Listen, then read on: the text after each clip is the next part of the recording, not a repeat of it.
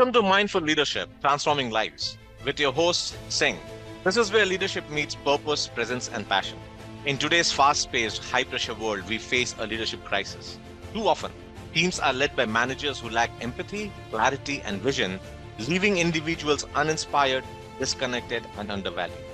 But it doesn't have to be this way. Great leadership isn't born, it's built. The end game: empower your leadership, inspire the world.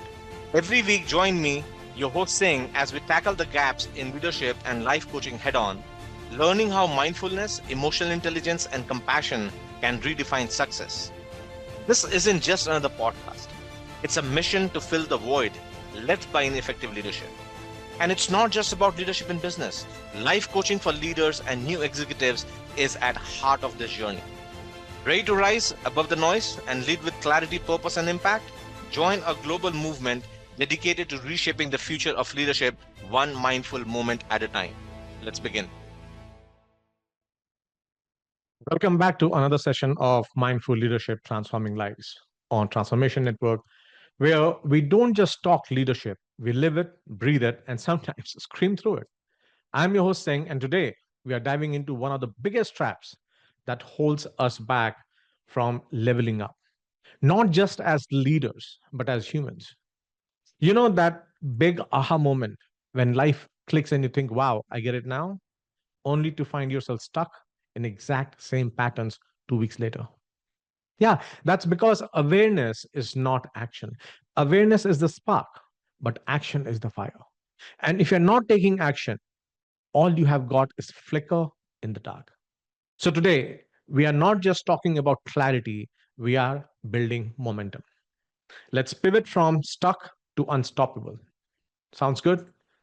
Let's begin. All right, ponder this. You are doom scrolling on Instagram and you see one of those beautiful design posts that says, you can't pour from an empty cup. And you think, oh my God, yes, that's me. I really need to take care of myself. Then what do?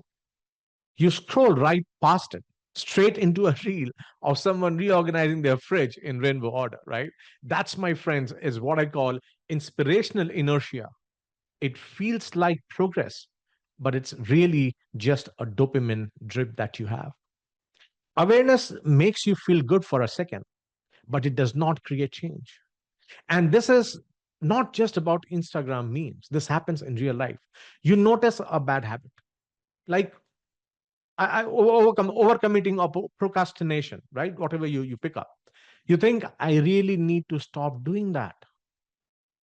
But awareness is not enough. Without action, you're stuck in the same loop, just with better self awareness. What we need is not more inspiration. What we need is interruption.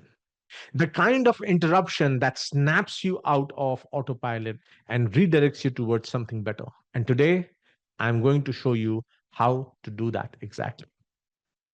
All right, let's break this cycle. You know, the one I'm talking about, loop where you have a huge realization, real good realization, a good ah moment.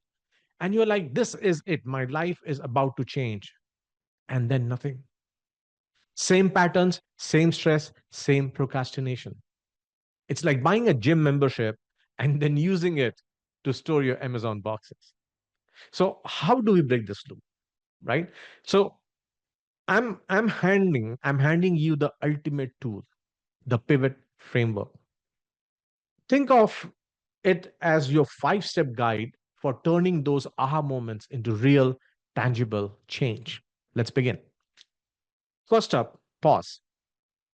This is your emergency brake. When stress or indecisions hit you, your first move isn't to solve the problem, it is to stop. And here's why. When you are in chaos mode, the fight and flight mode, your brain can't think clearly. It is like trying to find your keys while you're running late. Your body is in full panic mode.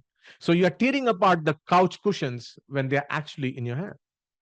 So let's practice this right now. Seriously, stop whatever you're doing unless you're driving or handling a mechanical equipment. Take a deep breath. One deep breath with me. Pause for 3 seconds and release. Feels different, right? 12 seconds. That's the power of pausing. It creates space for clarity. The next time you feel overwhelmed, instead of spiraling, just pause. It is the simplest, but the hardest because we are wired to react. You interrupt that cycle with one thing, and the only one thing, one deep breath. Now, next is to identify.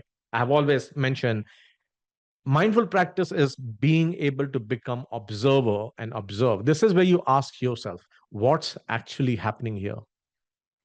Is it the situation that's stressing you out, or is it your reaction to it?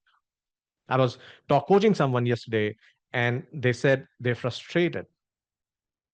And we unpack it, and it's not frustration, it is fear of doing something new that they have never done, right? So that is the reaction to the incident, not the incident itself. Let's say you're stuck in traffic and you feel like you're about to explode. In the traffic really the problem, or is it the fact that you're late? And now you're beating yourself up for not leaving earlier. See, naming each pattern is powerful because anything that we put name to, brain thinks it's normal. It's not fight and flight mode. You're no longer a victim of it. So next time something triggers you, hit pause and ask yourself, what is actually going on here? It's usually not about the traffic. It's usually not about the incident. That's where step three comes in to validate. And this is the one big, because most of us are taught to ignore or suppress our emotions. But here's the truth, emotions are not the enemy, they are the intelligence. Think of your emotions like your car's check engine light. If you ignore it, the problem doesn't magically go away. You have got to pop the hood and figure out what's going on. If you're feeling frustrated, instead of brushing it off, name it, say it loud.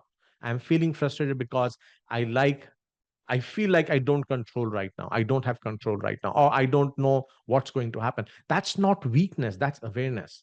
And awareness is the very first step to change.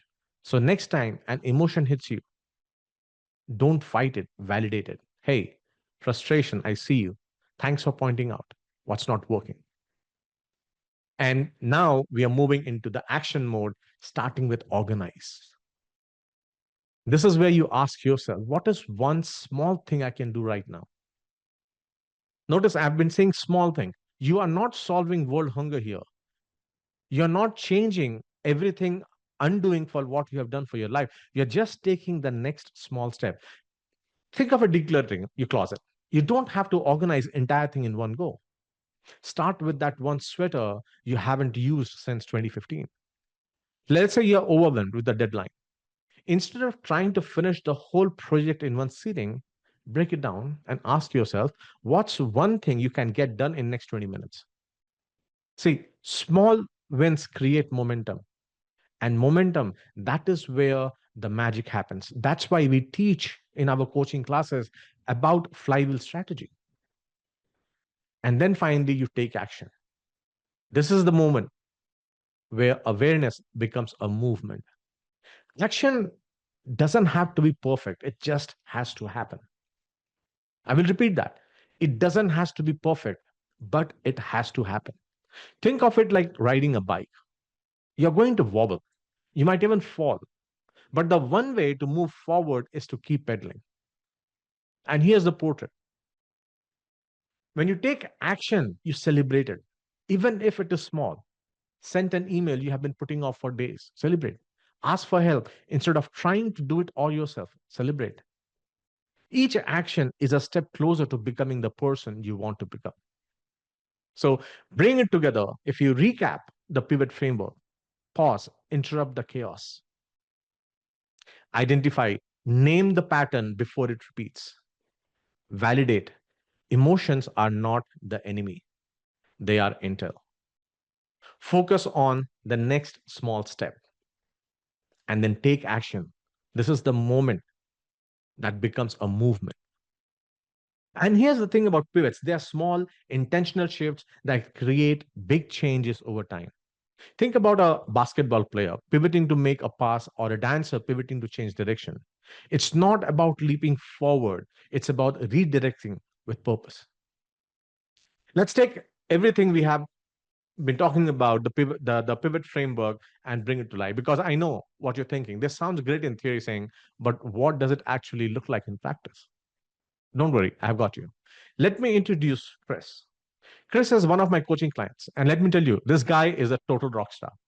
He's the type of a person you would look at and think, wow, he's got all figured out. Except he didn't. Because when Chris and I first started working together, he was completely stuck. Now, I'm not talking about I binge watched Netflix for an entire weekend stuck. I mean, the kind of stuck where you feel like you're treading water in quicksand. A very high performing leader, but he was also a perfectionist. And if you ever have been one or worked with one, you know exactly how that story goes.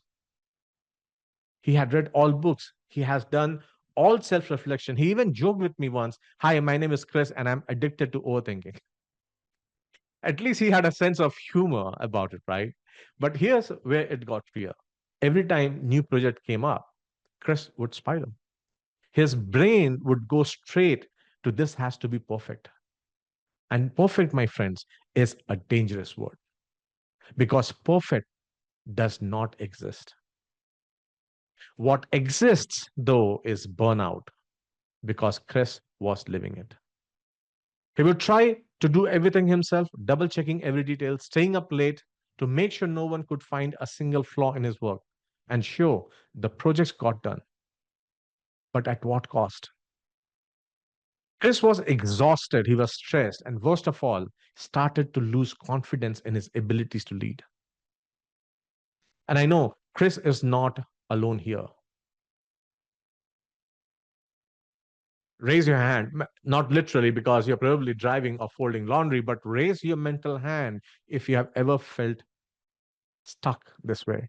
You keep pushing yourself harder and harder and harder, thinking, if I just work more, I will fix it. But all you're doing, my friends, is running yourself straight into the ground. And that's where Chris was. But here's the thing, Chris did not need to work harder, he needed to work smarter. And that's exactly what we did. We got to work and we used the pivot framework to break his perfectionist loop. First, he had to pause.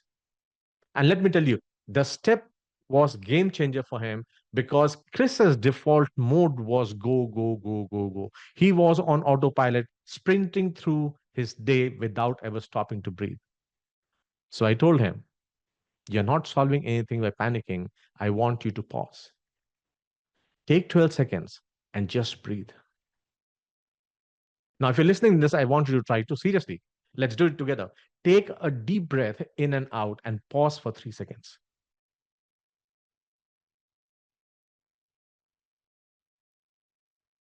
That's what Chris learned to do, just pausing for 12 seconds. And that gave him the clarity to move to the next step. He had to identify the real issue. And it was not project itself. It was his fear of being judged. Chris wasn't worried about the work. He was worried about what people would think if it was not perfect. And let's be real, we all have been there. I mean, if you have ever organized over an email for 20 minutes because you didn't want to sound stupid, that's exactly where Chris was. We have all agonized on emails written and we are waiting and reading and reading and reading. But naming that fear, that's where things started to shift. Now, here's where it gets really good. Chris didn't just stop at identifying his fear, he learned to validate it. And this is huge because most of us are taught to ignore or suppress our emotions. We think if I push through, this feeling will go away. But that's not how it works. So I told Chris, look, fear is not the enemy, it is just the signal. It is your brain saying, hey, something feels risky here. Once he validated that fear, he could stop fighting it and start working with it. From here, Chris moved to organize. This is where he figured out his Next small step. And let me emphasize the word small because Chris's instinct was to tackle the entire project at once. But that's what had him spiraling in the first place. So instead of trying to do everything, Chris made one decision. He reached out to his team for feedback, not to ask them to solve the problem for him, but to get a very different perspective. And let me tell you, that one small step changed everything. Because from there, Chris took action. He delegated tasks, prioritized his workload, and get this, finished the project ahead of schedule. But the best part, he didn't just get the job done, he did it without burning himself. Chris didn't just manage his stress, he changed it into a superpower. He became the kind of leader his past self didn't believe he could be. And here's the best part, Chris didn't need a complete personality overhaul to make this happen. He didn't need to change who he was, he just needed to change how he approached the chaos. That's what the pivot framework does. It doesn't ask you to be perfect, it asks you to be intentional in the moment with a small step. So let me ask you this. Where in your life are you stuck in a perfectionist loop? A work project or something personal? Like trying to be the perfect parent or perfect partner? Whatever it is, I want you to take a page out of Chris's playbook and start using pivot framework. Pause, identify, validate, organize, and take action. All right. Because here's the thing, you don't need to overhaul your entire life in one go. You don't need to take a giant leap forward. All you need to do is a pivot, a small intentional shift, and create massive momentum. All right. So we covered a lot today. What about breaking the loop of awareness without action, turning clarity into momentum, using pivot framework to take control of those stress moments? But here's the thing, none of this matters unless actually you do something with it. You know what I'm talking about. It's like watching one of those fitness transformation videos and thinking, wow, I really need to start working out. And then immediately ordering a pizza because you earned it just by thinking about working out, right? But here's the truth, awareness is the spark, but the action is the fire. And if you don't take that first step, the spark dies out and you're left standing in the dark, holding a match that never got lit. So let me ask you this, what is your next step? Because if you're sitting there thinking, I will figure it out later, let me lovingly call you out. Later is a lie. Later is where dreams go to die. Later is where procrastination throws a party and invites all your bad habits to join it. So here is my challenge for you. Next time there is an incident or any time you get in a situation that brings stress, whether it is a work deadline, a tough conversation, or just life piling up, try the pivot framework. Let's walk through one more time because the repetition is where the magic happens. So when stress hits, stop the cycle. Take a deep breath. And yes, I mean an actual deep breath. Inhale, pause, and exhale. So if you can, do it with me again.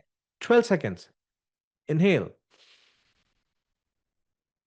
pause, exhale. That's how you create space in the chaos. Ask yourself, what is really going on here?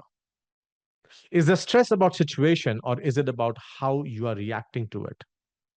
Because naming the pattern is the first step to breaking it. Now, emotions are not bad. They are data, they are information, they are intel. They're telling the brain that the emotions are the way for brain to tell you something is not right.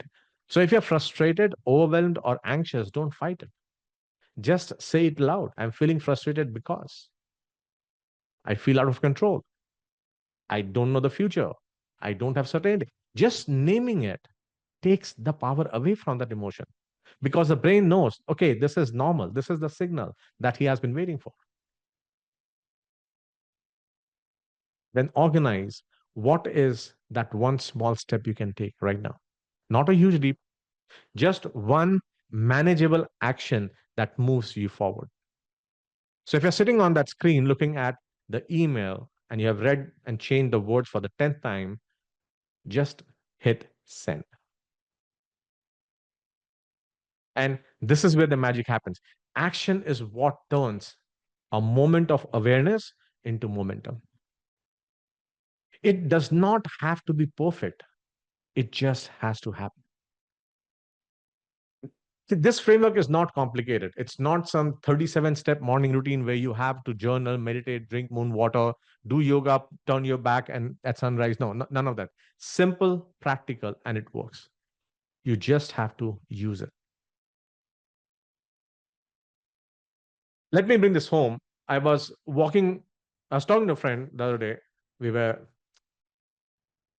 let's just call her Priya, who was completely overwhelmed, juggling work deadlines, family obligations, trying to plan her kid's birthday party, which apparently has to be Pinterest worthy these days.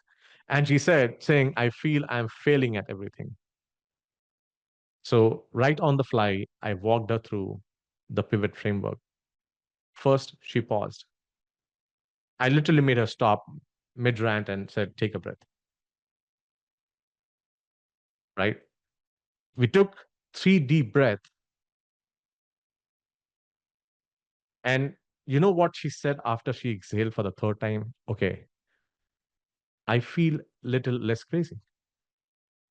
Then we talked about and tried to identify what was really bothering her. And it was not the birthday party or the work deadline. It was the pressure she was putting on herself to be perfect at everything. Nobody on Pinterest cares about your emotion. So why should you care about, right? That's a false way of looking at it. You cannot push through emotions. You have to validate. So she validated that pressure instead of beating herself up and said, yeah, I'm feeling this because I care about doing a good job. Then we organized one small step. She decided to delegate a cake to her sister in law and ask her boss for an extension on one of her projects. And then she took the action. She made those 2 phone calls. And here's the best part. Not only did she reduce her stress, but it also reminded her that she does not have to do everything alone. See, the pivot framework didn't solve all her problems overnight, but it gave her the tools to handle them without losing her mind. And that's the point. It's not about fixing everything. It's about making one small shift that creates momentum.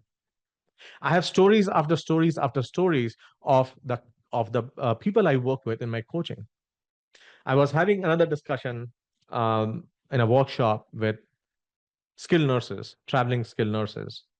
And during the break, one of the nurses came up to me and shared with me that she had figured out her purpose, but for that, she had to work a bit and get some certification, but she did not have time. And that pressure of not having enough time was killing her. So I got into a little bit of discussion with her and trying to know about her. So she is the single bread earner of a house of four, 3 kids and single mom. And traveling nurse job led her to drive 2 hours one way. So 4 hours of driving every day. And I stopped her right there when I heard that. I said, okay, Laura, what do you do in those 4 hours? And she's like, I listen to good music, news, whatever it is. And that's where I took her and said, okay, how much time every week do you think you need to invest in your studies to get the certification?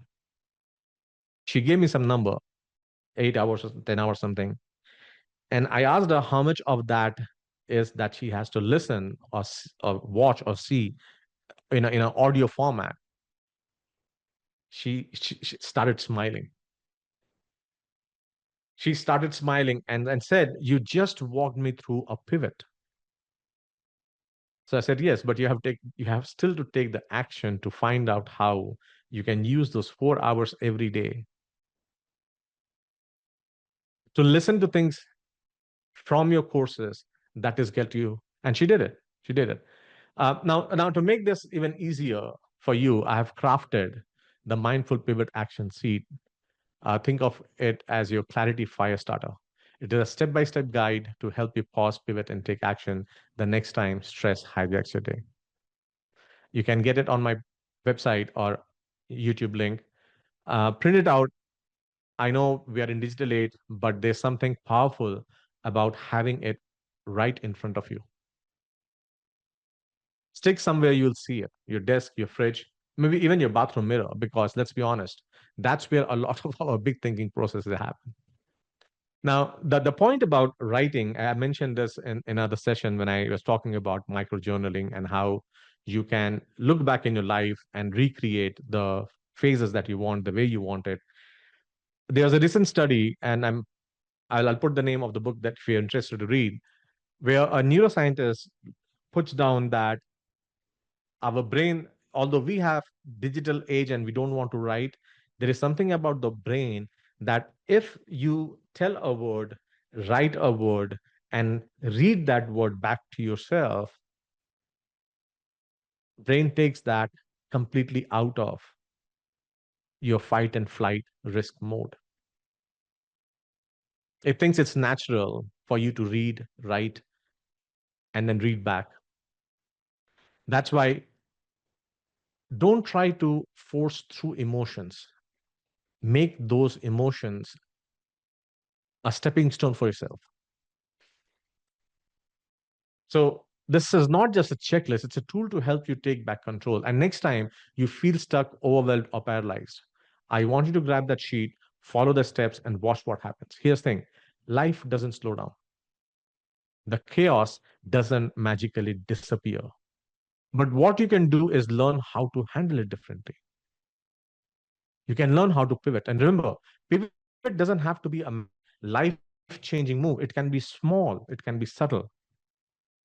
But those small pivots add up. They create momentum, and momentum is what gets you out of the loop and into action. Now, before I let you go, let me give you a little preview of what's coming next week. We are going to talk about how to make clarity stick, even when chaos comes back knocking, which it always does. Because let's be real, it's one thing to feel clear and focused for a day, it's another to stay that way when life throws you curveballs. So if you ever wondered, how do I keep the momentum going? You won't want to miss the next session. Until then, remember, awareness is a spark, but action is the fire. And you, my friend, you are the match. Let pivot from stuck to unstoppable. You are listening to Mindful Leadership. I'm your host, Singh, on the Transformation Network. I see you next time.